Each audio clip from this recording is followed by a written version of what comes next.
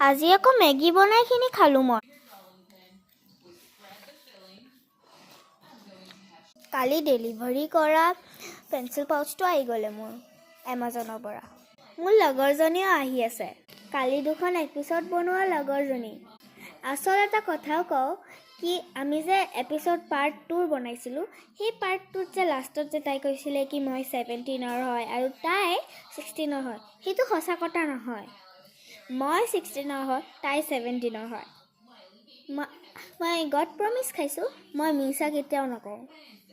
মোৰ ভণ্টিও এতিয়া এইবিলাক চাই এতিয়া মেগী খাই আছে। আজিও মই 2খন এপিছ'ড বনাম বুলি ভাবিছোঁ মোৰ লগৰ লগত। এয়া চাওক মোৰ ভণ্টিয়ে কি চাই আছে।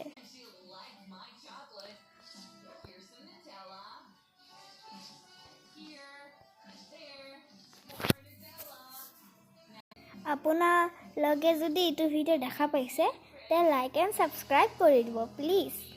এতিয়াৰ কাৰণে বাই বাই।